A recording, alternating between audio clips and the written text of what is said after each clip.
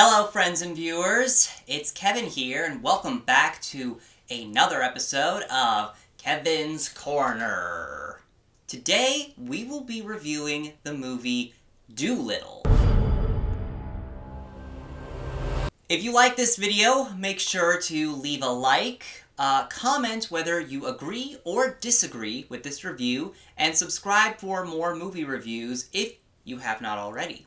Dolittle is the retelling of the story of the man who can talk to animals. In this movie, the titular doctor, played by Robert Downey Jr., has to go on a journey with all his animal friends to find the cure for a rare disease that the Queen of England has. Alright, the good. The animals, they looked nice. All the CGI animals, they all looked pretty good. I mean, yeah, some of the CGI is very apparent, but honestly, I thought they looked fine. Some people thought that they didn't look good. I was like, I think they look fine. I don't know, they're pretty on par with, like, Disney's The Lion King or Jungle Book. I thought they were pretty spot on. I mean, they looked... Actually, I think they might have even been better than The Lion King, because at least they were expressive at points. There's also this animated prologue in the beginning of the movie to basically give you a bunch of exposition as to, you know, who Dr. Dolittle is, and why he lives isolated with all of his animals in his giant mansion, and why he even has a giant mansion. That's all explained in this little animated prologue about how he had a wife who was an adventurer, and she went on a journey, but then she died. She went the way of the parents in Frozen, you know, shipwreck. And the little parrot, played by Emma Thompson, was with her, and the wife was like, "Take the ring to my love and tell him I am no more," and it's like, and it was really nice. It was very beautifully animated. Honestly, the animated segment was great. I honestly wish the whole movie was like that. I don't know why it wasn't. I really hate it in movies where there's like an animated segment that looks beautiful, and you just can't wonder, why couldn't the whole movie been this? Like, you know, the same thing happened in Peter Rabbit and Sherlock Gnomes. I can't really think of any others at the top of my head, but it's just, you know, stop pooping on animation. Please. Like, animation's good. Alright? Like, yeah, I know it's hard. It's hard, but it can be worth it. But moving on, there's a dragon in the movie. This isn't a spoiler, because it's in the trailer that there's a dragon, so that's not a spoiler. If it's in the trailer, it's not a spoiler. So there is a dragon, and I thought the dragon had a pretty cool design. I liked how its skin is like an igneous rock, or like volcanic rock, how it's like, it like has like cracks in it that glow, and it like glows different colors depending on its mood. Like when it's angry, it's all like red, you know, obviously. But then there's a point in the movie where it's like, it's happy, and the colors turn blue, and it's like, that's really cool. I really liked that. So yeah, I just gotta give props. It was a cool design of a creature design.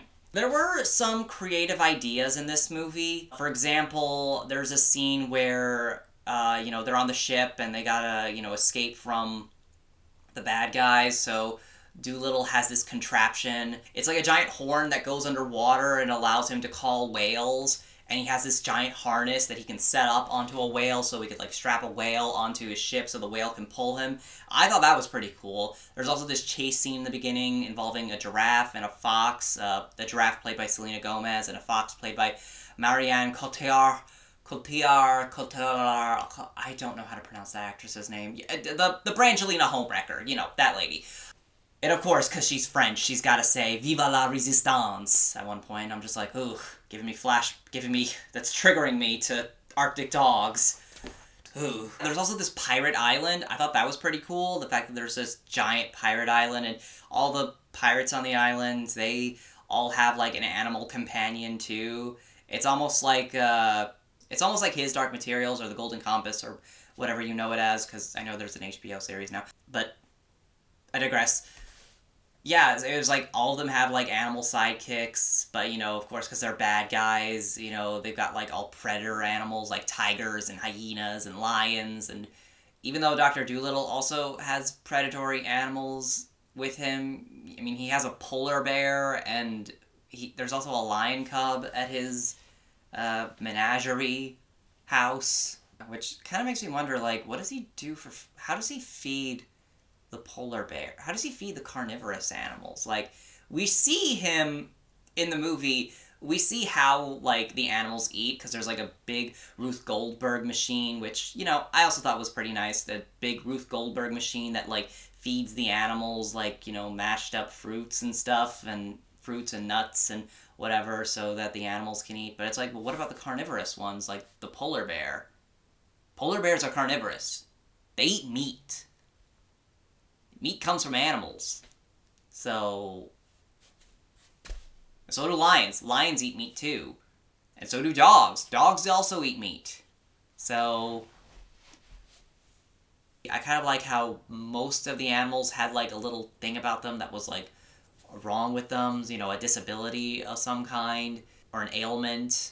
You know, that's why the doctor met them. Like, John Cena polar bear, you know, he gets cold very easily. But they didn't play that up enough, in my opinion. I feel like they could have played that up a little more, like him being a polar bear that easily gets cold, because, you know, that's ironic, because, you know, polar bears are supposed to survive the cold. Like, that's their whole thing. And Rami Malek is a gorilla that's, you know, is full of anxiety and is afraid of everything. Octavia Spencer is a duck that has a prosthetic leg. And Tom Holland is a dog that wears glasses, and I'm guessing that's because he's nearsighted. So I thought that was kind of a neat touch. I don't know what the Kumail Nanjiani ostrich's deal was. I think he's just lazy. I think that's his deal, because he doesn't like to be ridden, and whenever a problem comes out, he sticks his head in something, you know, because that's a thing that ostriches do. So the last thing that I thought was good is, well, the last thing in the movie is the Sia song at the end. I thought that was pretty cool. I mean, Sia's just amazing. You can't go wrong with her, and she does a lot of original songs for movies. I feel like she really wants to get, like, that Oscar for Best Original Song. She saw Adele getting it, and she was like, back in 2012, and she's like, ooh, I want that Best Original Song Oscar. So I'm gonna, any movie that asks me to write a song for them, I'm gonna say, yes, I'll do it, and I will win the Best Original Song. But I don't think this movie is gonna get that. I don't think this movie's gonna win any Oscars. I mean, it's January. What do you expect? But I think the cleverest thing that this movie does is that at the very end of the movie, they play this very fun Sia song during, like, the credits, and it also has this nice title sequence where they show portraits of, you know, all the characters in the movie with, you know, the actors' names and stuff, and also the other credits of, like, the crew and stuff. But, you know, when they're, like, crediting the actors, they show the character they're with, you know, whether it's the human or the animal characters. Well, they do the humans first. Even the most minor ones, like the Queen. Like, the Queen has, like, what, one line in the movie? But she gets credited before any of the celebrity voice actors for the animals. But regardless, they play this fun Sia song, and the movie is trying to trick you into thinking, trying to give you a lasting impression of, like, hey, this is fun, you're enjoying this, right? So you enjoyed the whole movie. Basically, the movie tries to trick you into thinking that you enjoyed the movie by playing a song that you enjoy at the very end of it. Unfortunately, that didn't work for me. So, that means we're gonna move on to the bad. Oh, boy. The acting of the movie. Oh boy, who was bad at acting in the movie? Well, almost everyone, to be honest. Not so much the animal actors. They were actually, I mean, not the animal actors, because I don't even think there were any real animals in this movie. I don't think so. I meant the celebrities voicing the animals. They did a pretty good job. Except for John Cena, who kept on using a bunch of modern slang, like bro, and it's like, it's either nobody told him, like, hey, this movie takes place in, like, the 19th century or early 20th century. People don't talk like that. Like, nobody talks like that, so it wouldn't make sense for a polar bear to talk like that either. And either they didn't tell him, or they did and he just didn't listen. I don't know. But I think the celebrities, the voice actors, they all did fine. I especially loved Octavia Spencer. because, I mean, it's Octavia Spencer. You can't help but love her. Like, just hearing her just be like, oh, Octavia Spencer. Oh, I mean, she's just a national treasure. You can't help but love her. I mean, they literally made a movie last year where she was a psychopath serial killer who was also kind of a pedophile, but you know what? You still loved her. But yeah, the acting of the humans, though, oh my god, I don't think anybody gave a good performance in this movie. Maybe except for Antonio Banderas as, like, the king of the pirate island, I guess. Which, by the way, I guess this is another good thing, props to the makeup department, because I didn't recognize Antonio Banderas at all. So, props to them, because I didn't recognize him. But yeah, the acting, just, oh my god, oh, the kids, the villain, and yes, even Robert Downey Jr. as Dr. Dolittle. I don't know what he was doing. Did he just figure, I don't even have to try, I'm Iron Man. I made, like, so much money off of all these Marvel movies that I don't even have to act ever again. I don't have to work ever again, so I'm just not even gonna bother. Either that, or he was like, okay, I'm gonna do this like how I did with Sherlock Holmes, but I'm gonna make it a little bit different. Like, I don't know, what was this accent that he had this really weird accent the whole movie, and I think it was supposed to be Scottish. We have no choice but to embark on this perilous journey. But it just sounded like nonsense. And maybe it's because, they show you in the movie how he talks to animals, like, he actually makes, like, animal noises, and he understands their animal noises, so maybe that's why, because he has to move his mouth in weird ways to talk to the animals. I don't know. But it was such a bizarre choice. And not just the accent, just, like, some of his, like, reactions to things were just so bizarre. I mean, yeah, I get it. He's supposed to be, like, an eccentric, man. I mean, he's a doctor that talks to animals. Like, it makes sense for him to be, like, eccentric. And he's been, like, living with just animals and no people for years. So, yeah, of course. But I just have no idea what he was thinking. I really don't. Like, I don't know what he was doing. I don't know what the director was telling him to do. I think that he produced the movie, too, so I guess they just figured, let's just let him do whatever he wants, and he just did, and I don't know. It was so confusing, and just so... Sometimes I had no idea what he was even trying to say, because and I can't tell by his reactions, because he's reacting in such a bizarre way, like sometimes, like, I think there was, like, a scene where, like, the boy is trying to, like, touch something, he's like, "Don't touch that!"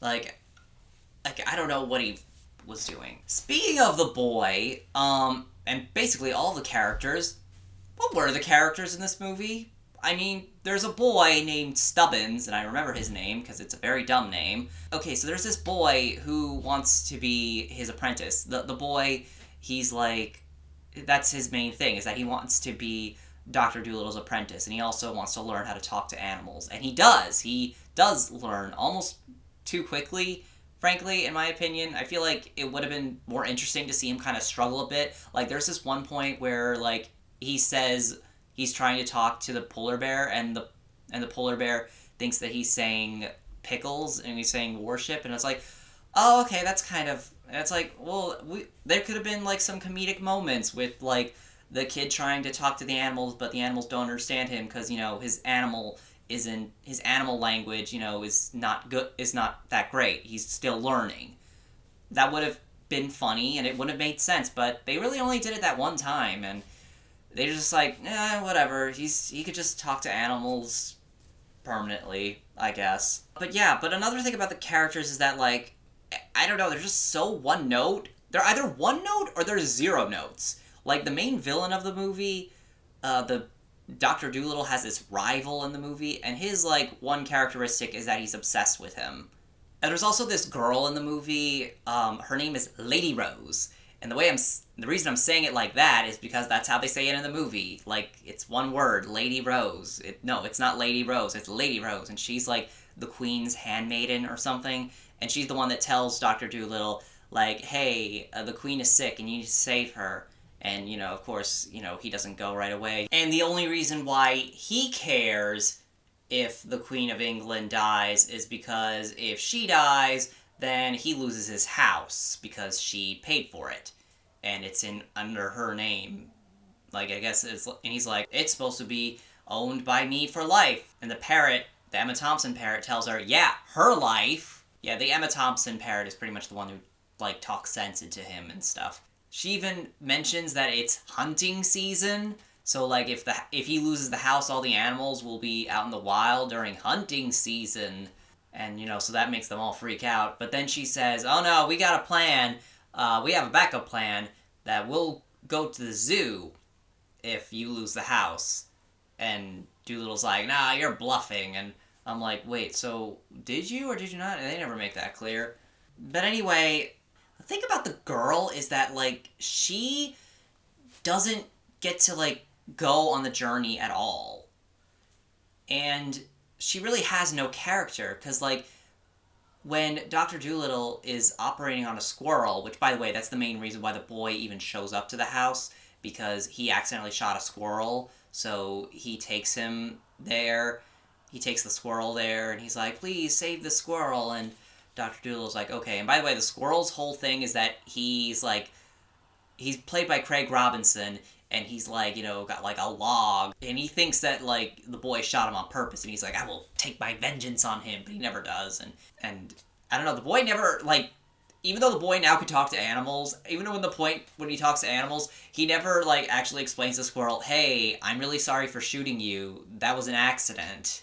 I don't know why he doesn't, but he just doesn't do that. But regardless, it would have been a nice dynamic if the girl hated animals and the boy loved animals. And I thought maybe that's what would play out, because when Dolittle is operating on the squirrel, she says, oh, so he'll help a squirrel but not the Queen of England? So I thought, oh, well, maybe she doesn't value animals' lives as much as she does humans. But no, it's not the case, because she also kind of likes animals, because there's a scene where she first meets the stick insect.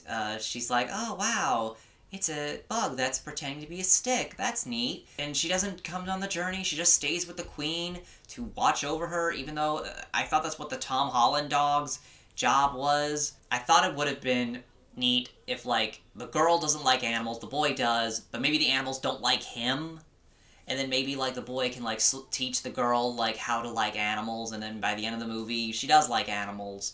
But no, we just decided, let's just not give her any character at all and just have her pretty much be out of the movie almost immediately after she is written in. Oh yeah, and there's this other scene where when they first go to the Queen's Palace, a bunch of the animals are stuffed into one little carriage while the doctor rides behind them on an ostrich, and the boy somehow stows away